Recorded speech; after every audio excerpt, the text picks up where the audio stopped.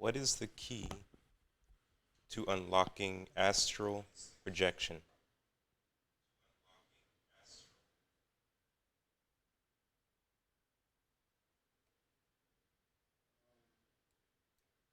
You're muted. Yeah.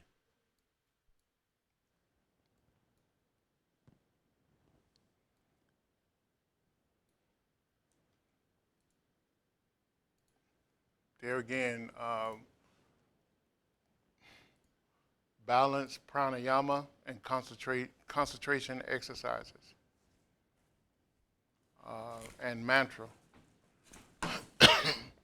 can lead you to being able to project, and knowledge, and getting the knowledge of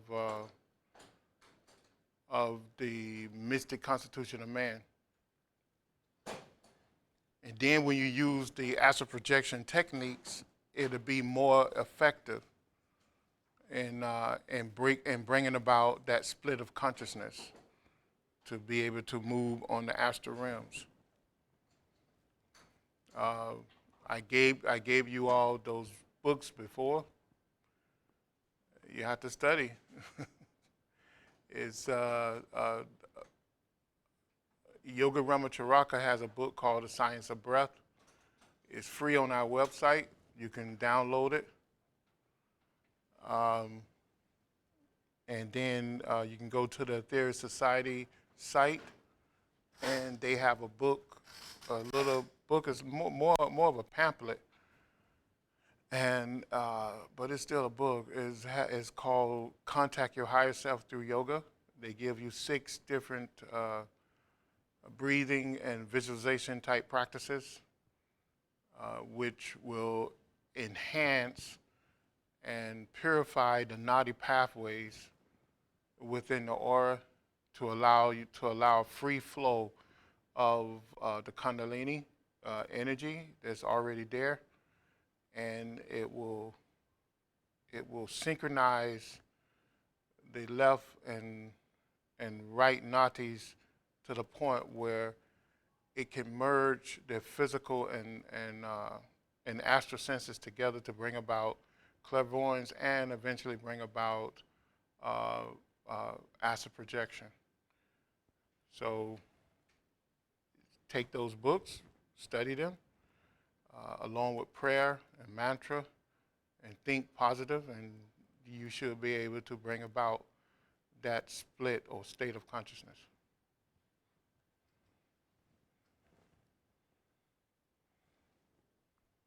Now, there are some dangers to doing this, so that's why I say study, educate yourself with the mystic constitution of man.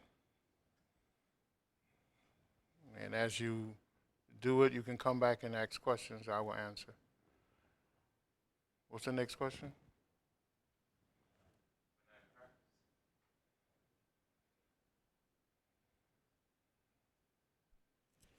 When I'm practicing mantra for longer periods, I get what you might call mantra drift. The rhythm and or melody changes from what is on Dr. King's recording. Is this okay? Um, Sometimes when you're chanting mantra, you have to stop and start back, um, in, in order to keep the rhythm going. So you might want to get the rhythm to be constant. I think it's more effective when it's constant. Sometimes you have to shake stuff off of you, and just stop, get up, walk around, and go back to it. That's what you do in long periods of mantra.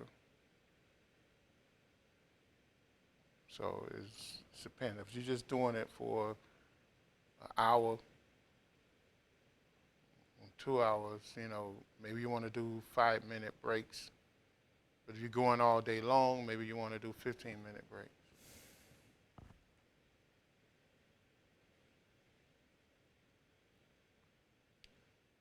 Okay, this is a longer question. I was reading Karma Yoga by Swami Shivananda, and he says the view that is now and then expressed from the modern theosophical platform, every grain of sand has its jivatma. And then he says, this is clearly wrong and opposed to the clear statement in the holy books that the jivas are to be found only in 4 classes of bodies. And the Jarayuja, mammals, Andaja, egg-born, Svedaja, sweat-born, and Ubdhija, earth-born. He also says that every one of the plants and trees all were and are going to be human again, are going to be human beings themselves. They are all temporarily only suspended from the class of humanity for some offenses. So there are some contradictions with different teachings. Can you comment on this? I agree with Sivananda.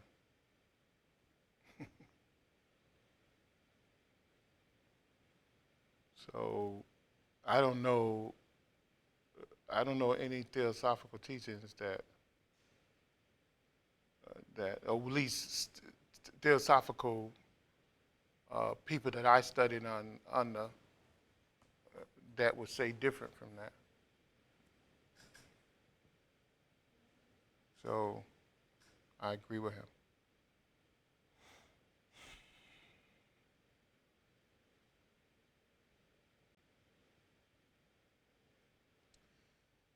Any other question you have on that? Because, I mean, that's obvious to me, so.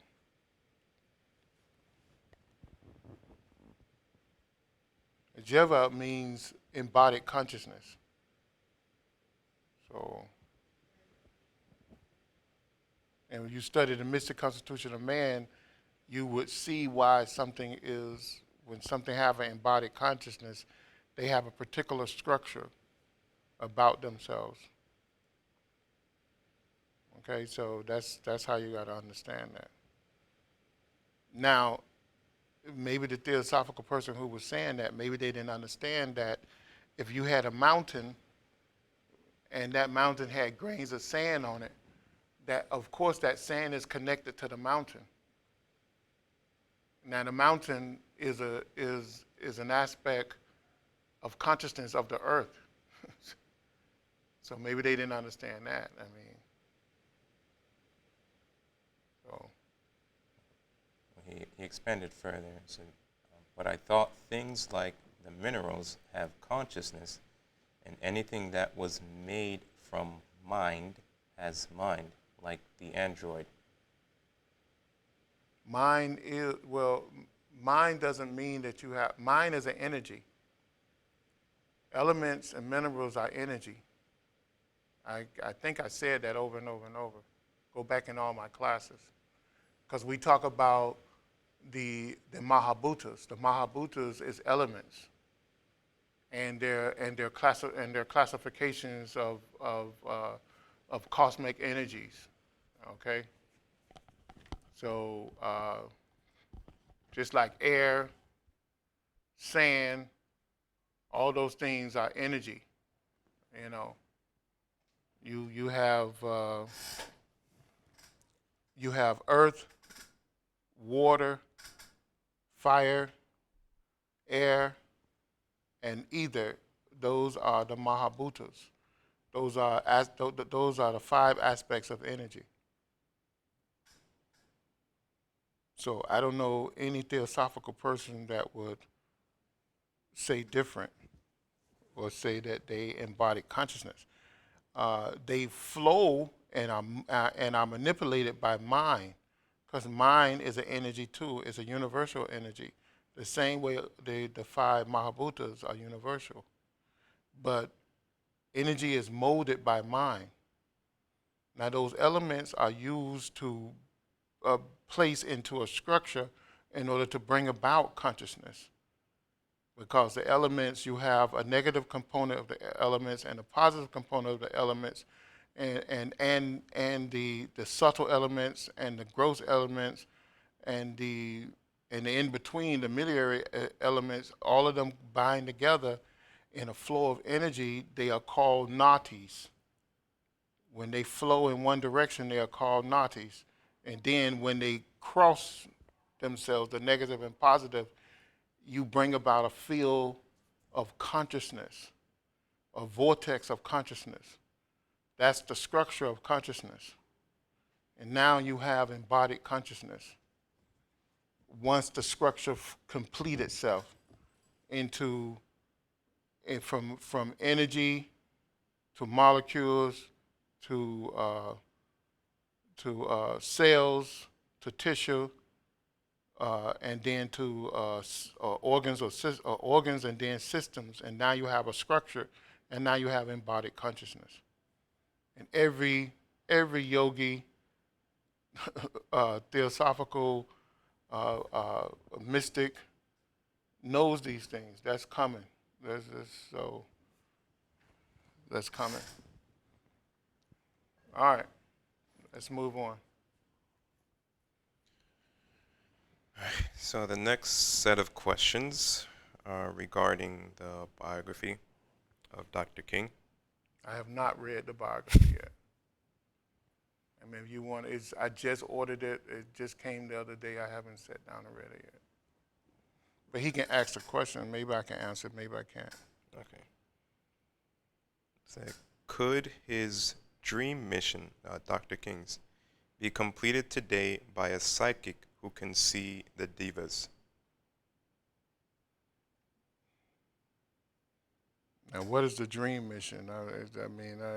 I got a good history of him, but I think that's the mission he talks about in the lecture. If I could choose. If he could choose and go around the world Studying all and the studying all the natural things.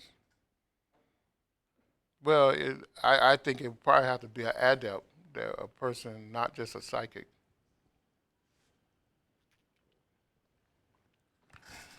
That adept would have to be very knowledgeable and be able to go into deep meditation, I would think, in an unemotional way. What's the next question? It says in the book that the first aspect of Dr. King and the other adepts joined them on Earth. How did this work? There's a book when the you have to go back to the books. There's a book Dr. King wrote when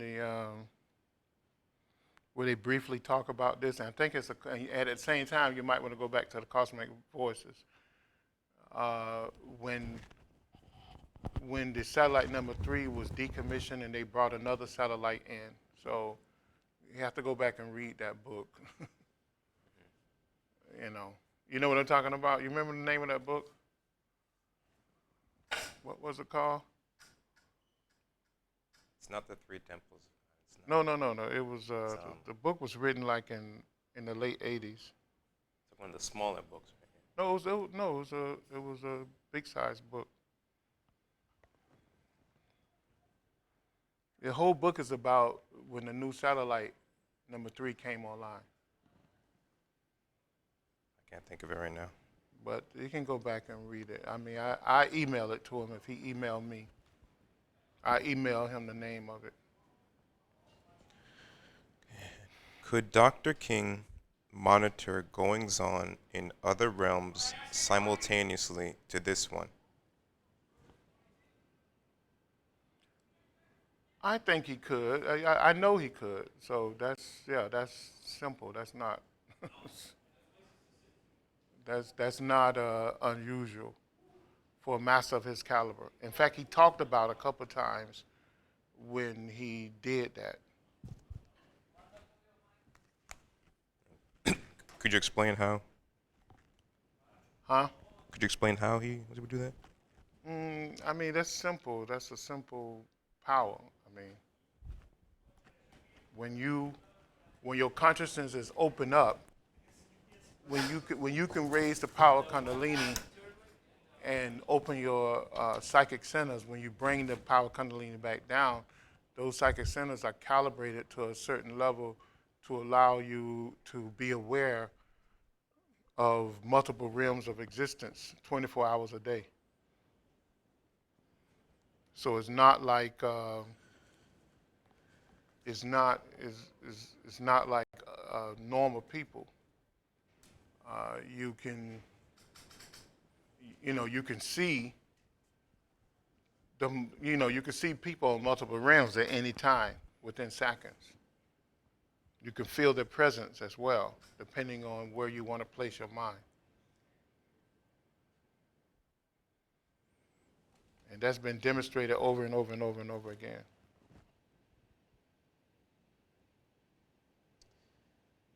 Okay.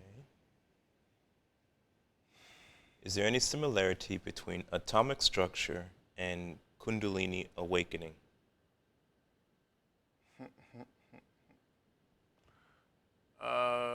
I don't know what he means by that. Everything has an atomic structure.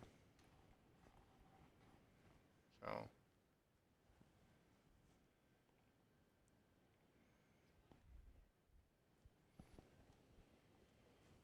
Yeah. Somik, can you expand on your question a little bit more?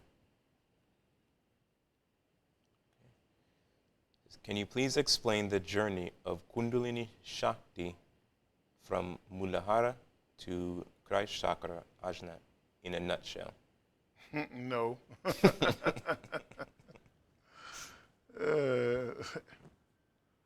I go into this in several lectures. You can go back to the archives, and I have lectures going into this in detail. It's too much to go into now, but if you go back to our library of videos, you will see I go in great detail. I think you'll be pleased if you really want to know the answer to that. It's not an easy answer. But I think it's very simple, though. So you just follow the class. There's several classes on it.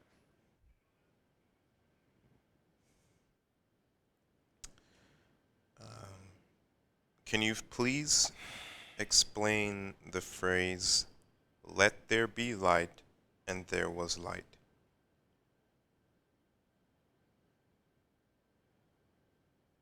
From Genesis? Yes.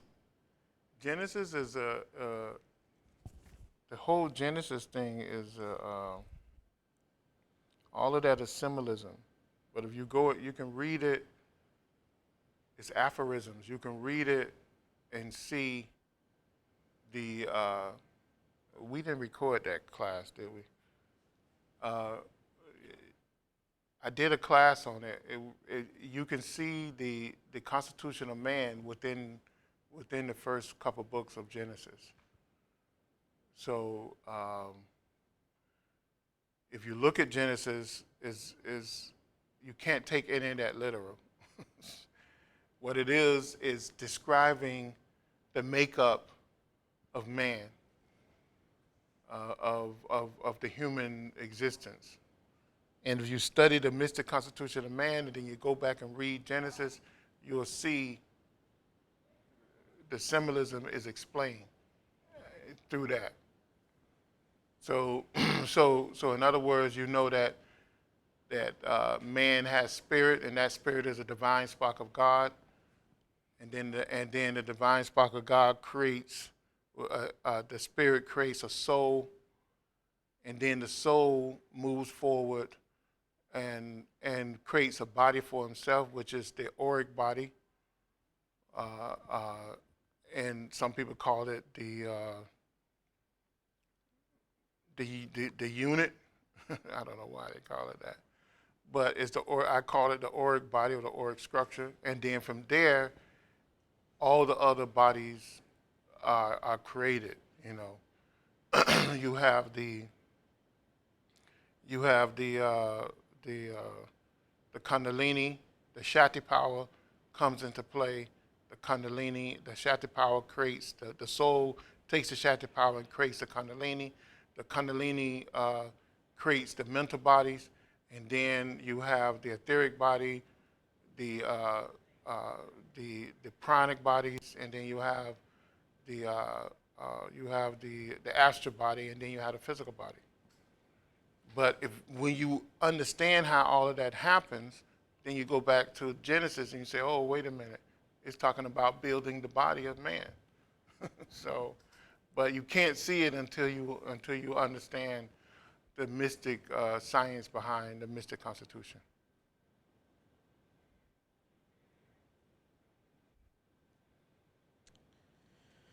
All right, greetings to everyone joining us online. Today's class is open discussions. Please feel free to ask your questions in the chat.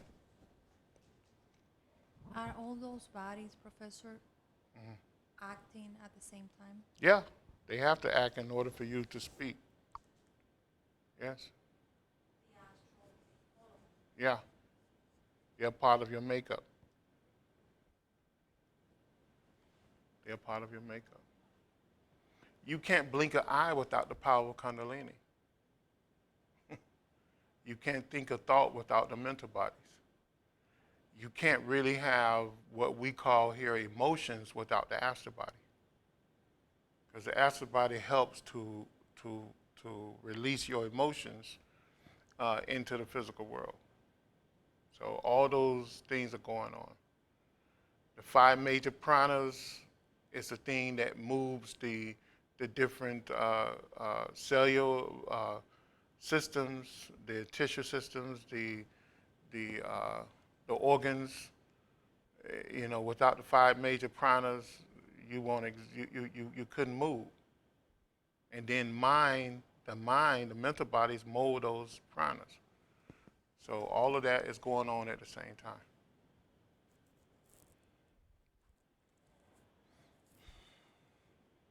What's the next question?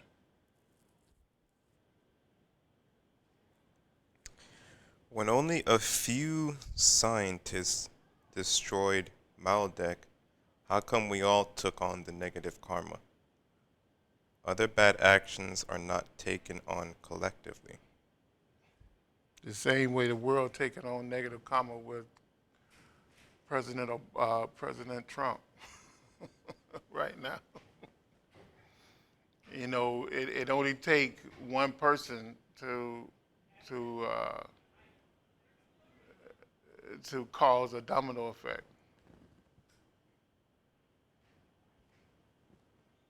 So I mean, we allow that to happen. You know, we allow those things. We give people power. So that's why we must mold our actions.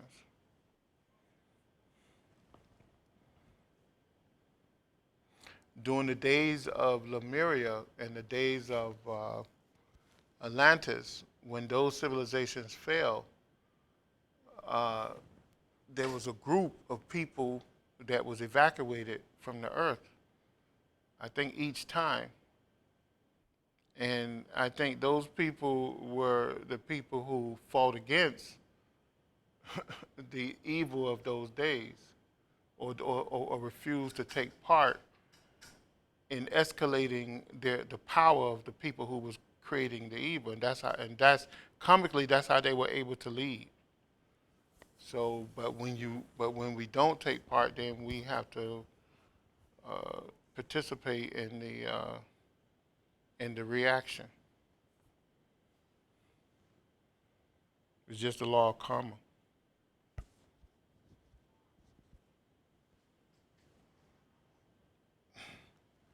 Is that all the questions? Todd emailed a question. Did you get that?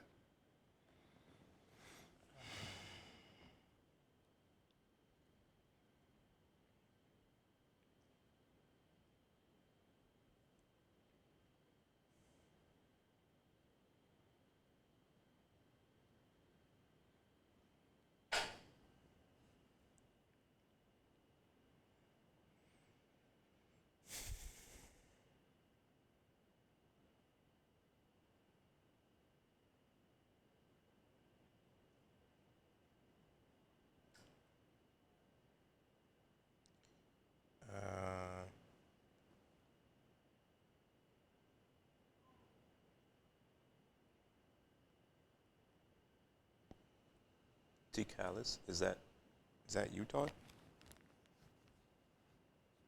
I don't know. Anyway, from the email, it says, what do you think about Edgar Allan Casey's work and outlook as to where man has been and where man is going, i.e., the fifth root race starting in 2038?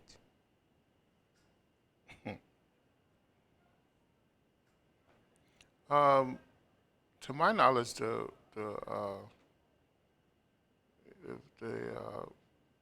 according to the theosophical teachings, the fifth root race have already started. Started a long time ago. So I don't know about that. Some of Edgar Casey teachings I agree with, and some I don't agree with. So I don't know where to go with that.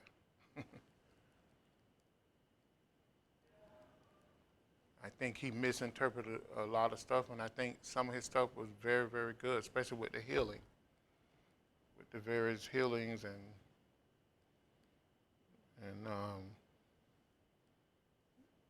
and the formulas he gave for healing. It's good. Do you believe we are alive in a very important time right now as far as planetary human changes, Age of Aquarius, Golden Age, Second Coming, Pyramid Prophecy, etc.? Yeah, I think these are interesting times. I think this is a very important time for us. I think a lot of that stuff is misinterpreted, though. So I don't know what you mean by pyramid times. We long past the pyramid time, so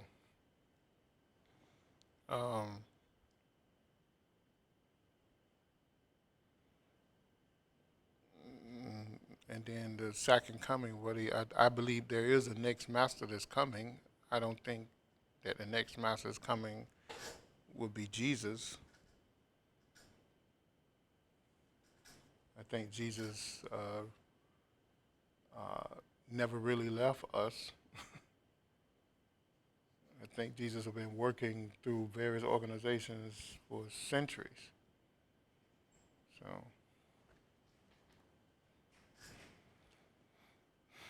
but yeah, so.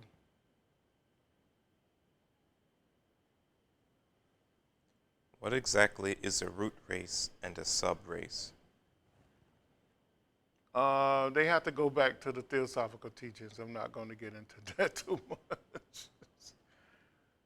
I think didn't I go into that years ago? Yeah, you did a class on those. Yeah, you could probably go back in the archives and look at some of the stuff I went over.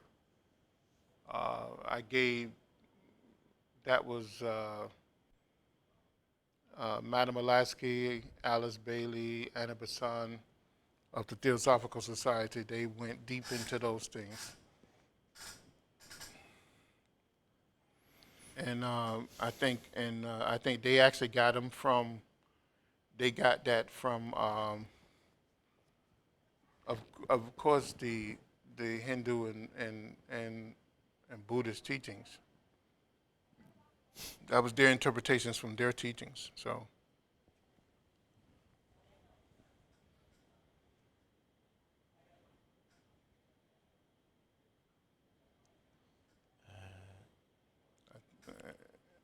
Okay, go ahead.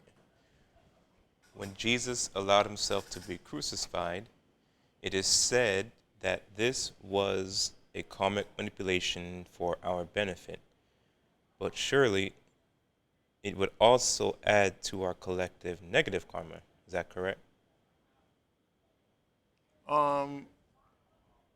Maybe to a certain group of people, yes. Yes, it would. I don't think to the whole race, though, of human beings, though. But it's something that still we owe a debt to the Master Jesus. One of the uniqueness about the crucifixion was that Jesus manipulated the Jewish hierarchy and the Roman hierarchy to do what they do what they did to him. Jesus or the black magician? Jesus did. Jesus, I mean, because Jesus know that the dark forces were behind them. Mm-hmm. So he played into their negativity against him, and then he took all that built up negative energy for them to capture him, to run him down, to capture him, then to crucify him. He transmuted it through his resurrection. So only thing because he could have sat into a lotus and went into meditation and then took the Kundalini up to the crown center and ascended without all of that. But what he did, he allowed them to bring him to that point where he can ascend. And when he did, it changed the tides, the direction of man's energy by him resurrecting and then walking among them for 40 days. So it took away all the evil that they had created, and essentially it took their power from them. So that's that's the uniqueness of his story. That the cross, as Dr. King described it, it became a symbol of resurrection to the mighty Godhead, and that was the difference. See, because he stepped out of his body, rebuilt he allowed them to kill him with a negative, violent way, but then he transformed that by stepping out of his body and then rebuilding his body into an ascendant body, and then step back into the body and to show them that that they had pushed him to the highest level that he can be put, that a man can go on this earth.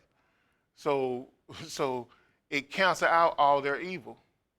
And essentially, it began. That was the beginning of the end of the Roman Empire. Because the people began to turn for the fact that there was someone far greater than them, and that death couldn't take him away. So then it gave all of his followers this unbelievable understanding and knowledge that there was a life after death. And that even after death, they would still go on, and that the Romans did not have power over them, because Romans used death to really scare and bring about fear. You walk into their city and they had all these people hanging on crosses, and it just brought out this fear in you. I better not disobey them. But Jesus took all that away. See, by doing what he did, there was no fear. And remember, the master theorist said a worm is only a worm because it believed that it's a worm. so that's how it's just knowledge. Knowledge just opens doors to you. It brings you to different levels of consciousness where you can begin to gain this strength and power. And that was the beginning of the end of the Christian of the Roman church. I mean the Roman Empire, and then came Christianity. Which is Christ-like people. So that's how that began. So.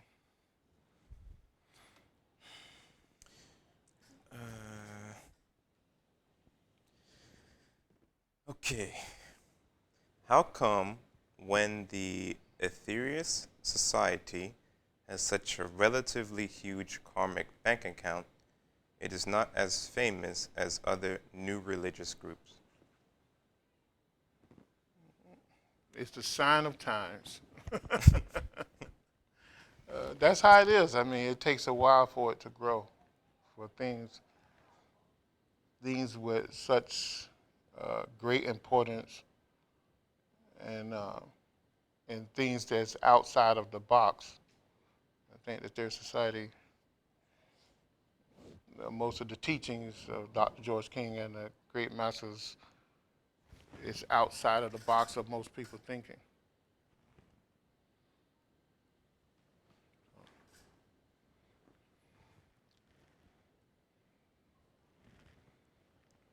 So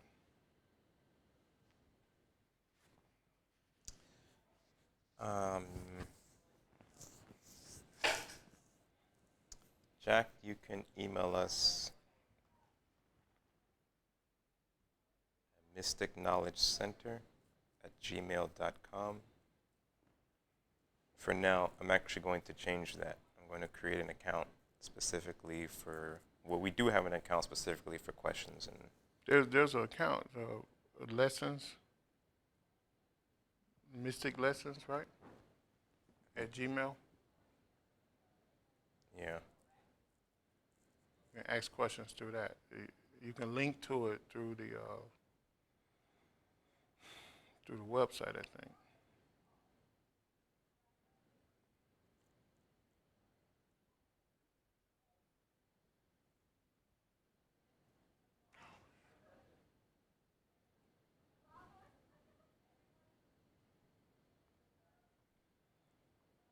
Are there any further questions?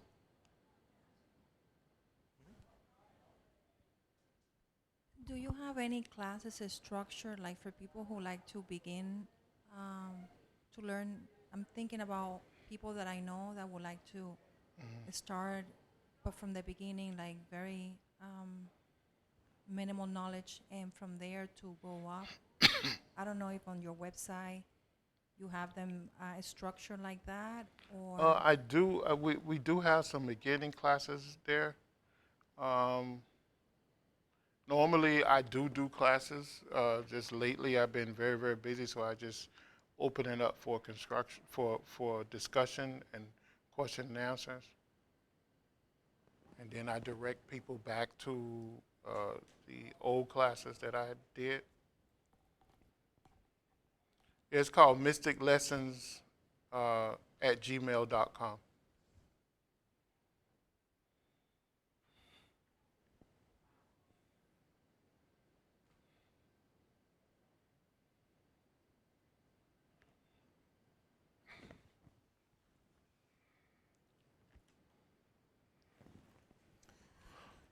Okay.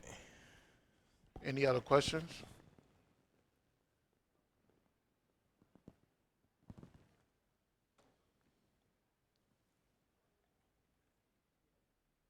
I was listening to the Psychic Centers of the Earth lecture, Uh-huh.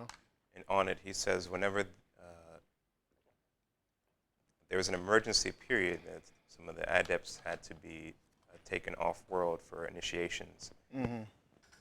And so, but if the masters were to leave the planet, life on this earth would only survive for a few seconds. Mm-hmm. And so I was trying to think of ways that the masters manipulate energy in order to allow us to exist here. I know one really big one is the ring past 9. Mm-hmm. They continue that going on. But what are some of the other examples of ways that? A lot of that is secret, but it was given in the ancient teachings. You just have to be able to decipher it. If you look at the structure of of the of our bodies, of our existence, Mhm. you would notice that if you look at the psychic center, let's just look at the psychic center. You'll notice at the psychic center, what's at the middle of the psychic center?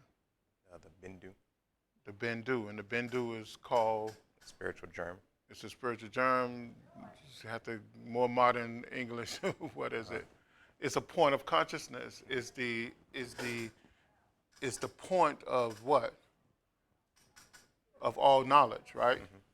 Right? In every psychic center, you have that point of consciousness that can lead us to this endless state of knowledge or wisdom, where we can be connected or bathed. The soul can be bathed in the light of the spirit. Now, right outside that Bindu, according to ancient teachings, what do you have? The petals. No. You have a what? You have a major what? A major shock. No. You have a diva. Oh. You have a major diva. And that major diva represents what in that chakra system, in that yantra? That particular plane or that particular Oh, it energy. represents a particular what? Sound. Remember? You have either, you have, The power sound or the well, no, Well, no, no. no. You have a major sound, right? Which we call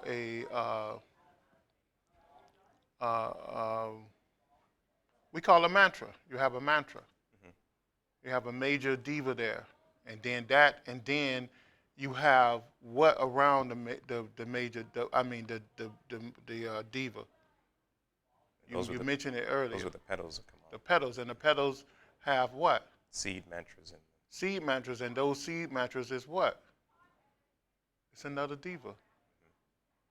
You understand? So, so in other words, you have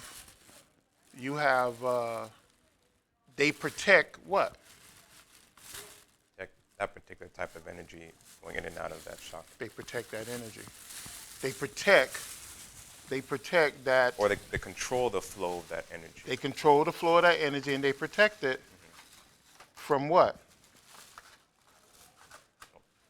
On our bit, from us. From us, from the misuse of it.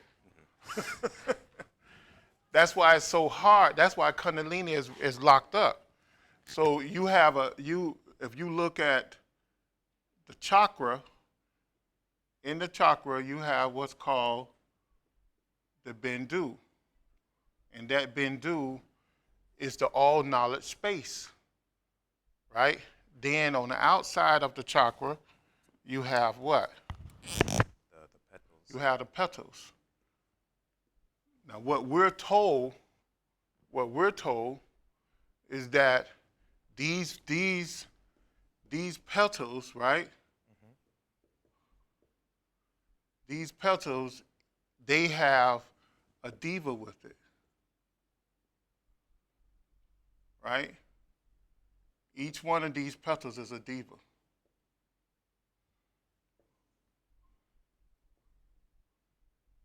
And then you have a major diva over the Bindu. Now, if this was the Mooladhara chakra, the root chakra, what's the divic sound there? You remember? Never. Lam. Lam. That's a diva. Now, within the body, we're told you have what?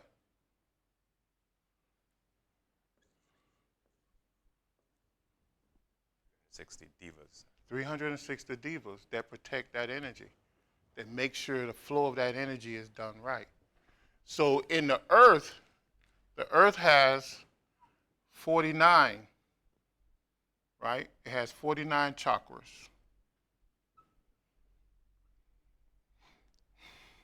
So if you go back and study the teachings of the Hindu teachings and the teachings that Madame Blavatsky described, they describe these massive divas on multiple realms of existence, or living between the realms, because they don't live on a realm, they live in a vibrational state. That's why sound is connected to them. And they protected those 49 chakras around the world. In fact, when you go back to the teachings of 18,600,000 years ago, they stated that when the Lord Senekamara came to Earth, he came to Earth with either 48 or 49 cosmic avatars to match the 49 chakras of the Earth. See, and then you had it was stories or rumors that great cosmic beings from all over the galaxy rush here when mankind was introduced into the realms, and they protected the realms of Earth, the vulnerable psychic centers of Earth, to make sure that nothing went wrong with the Mother Earth, because the Meldic man had just destroyed a god, so the structure of our psychic centers was changed forever at that time. So that's why we have it like that. The structure of our psychic centers would change forever at that Yeah, time. for the human existence. So then, at the primary initiation, the Lords of Karma said enough. That directive was given to everything, including those divas manipulating the energies in the psychic centers to allow us to be here. Yeah. So that has to change as well as the Earth Of raises. course that would change. As the vibration as the Earth received more energy, then mankind as we know will not be able to exist here. And that's even written in the great sacred teachings way back in the Hindu and the Vedas, because they claim that the sixth root race will be a different makeup. Because right now we're the fifth root race, and they claim that the sixth root race we will be taller. We would have everybody will have a dark complexion, and we'll be much stronger, and we would live longer because we'll be able to take in more subtle energy, because more subtle energy will be available. More magnetic energy will be available, because the ozone layer or the ring past knot that's around the Earth will slowly be removing. So our bodies would take on a different structure, and our way to absorb energy will take on a different makeup too, or science. Will the anatomy of the mystic constitution change as well? I'm sure it will. I'm sure it will. So the petals would change as well, and the chakras still be there, but the petals would. The petal. It might be the same number of petals, but we may have more control over it. Or remember the original, according to the Adamic man, the original. It's a heart center. Yeah, the heart chakra. You had the crown chakra, then you had the Christ chakra, you had the throat chakra, and you had the heart chakra. The Adamic man base of spine was here.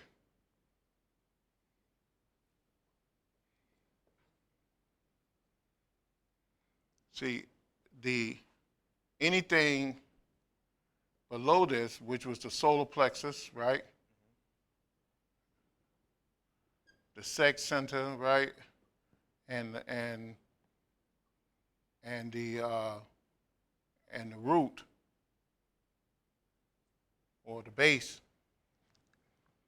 All of these was not necessary. All of this is called the astral distortion. It was not necessary. So in a sense, those three lower senses were like atrophied because they had no use for them, so they weren't necessarily there. They were the realms were there, but they just didn't inhibit them. Yeah, it was just like if you go to Mars, the surface of Mars seemed like it's uninhabitable, right? The gross surface of Mars. But if you were able to go to Mars and look at it on an etheric level, you would see something totally different. See? But so here where the heart chakra, this is where the consciousness of the Adamic man was. See? And now we are here and here.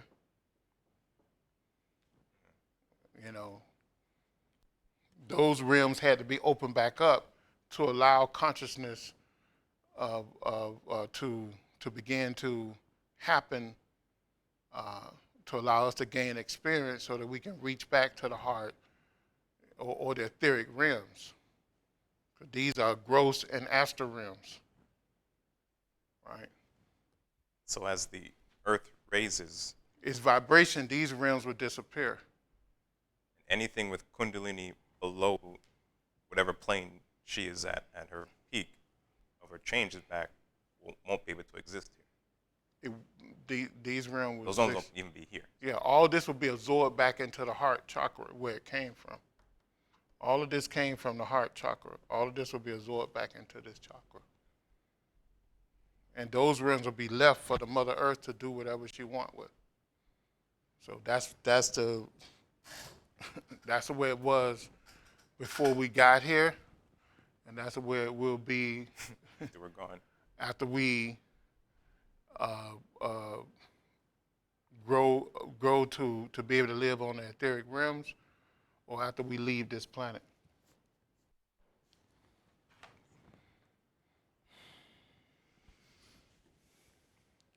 If there's no more questions, I guess we can close out.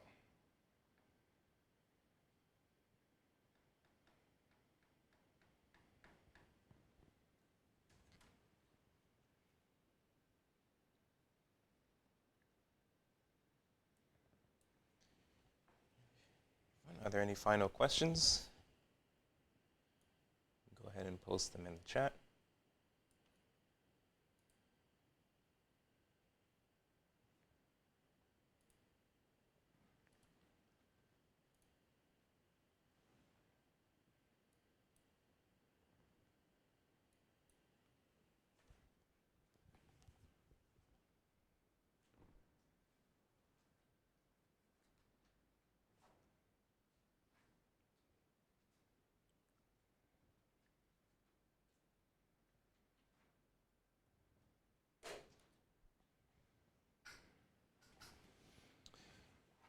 Okay, so I'll go ahead and close out. If you do have any further questions, We do Yeah. a prayer. save them I for can teach you how next to do the week. prayer. We stand to the east.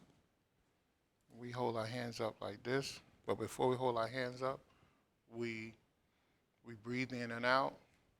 We clench our fists like this. This is the mudra. And we allow the energy to build up within us by breathing in and out. And then when we get ready to pray, we hold our hands out in this mudra or like this. And we imagine a white light coming down through the top of the head. And as we say the prayer, we impregnate the prayer energy with the prana with the prayer energy. And we imagine that it's being released from the palm and the tips of the finger out to the world. And we imagine a white light leaving the heart chakra with this modified energy of the prayer. And then when we finish, we dust the hand or cut the energy off. If not, the energy will keep flowing all day long. At the end of the day, you'll feel weak. So you make sure you do that, and then you whisper so that no one can hear you, so it is done. If someone was standing next to you, they shouldn't be able to hear you because you've given a mental command on a mental level so it is done. All right, when you whisper something, it enters the mental plane. And in order to make that command happen. All right, you want to go ahead?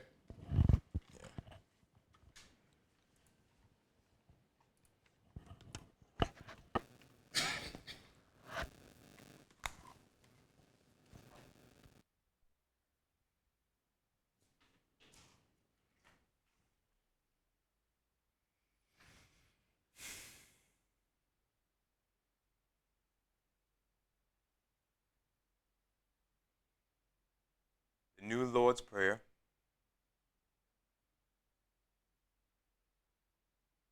O divine and wondrous Spirit, O everlasting Lord of hosts, send forth now through me thy great and lasting power. Allow me, Almighty God, the lasting privilege of radiating to all the world thy great love, so that those who suffer may be given the power and energy to rise above their weaknesses. Almighty God, in great humility do I ask you to send forth your power to give to me this great lasting privilege of being a channel, so that my suffering brothers may be helped and guided and healed and lifted into thy light, so that they who know not may look up and in doing so receive to their higher selves your divine counsel. Almighty God, this day have you granted me a divine privilege. I ask you now to give to me the strength so that never again will I turn from my inner vision of you.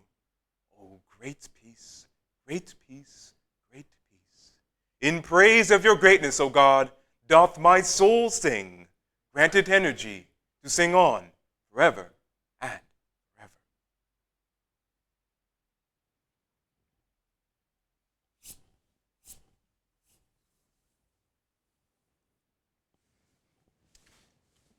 All right, everybody, thank you for watching, and we'll see you next time.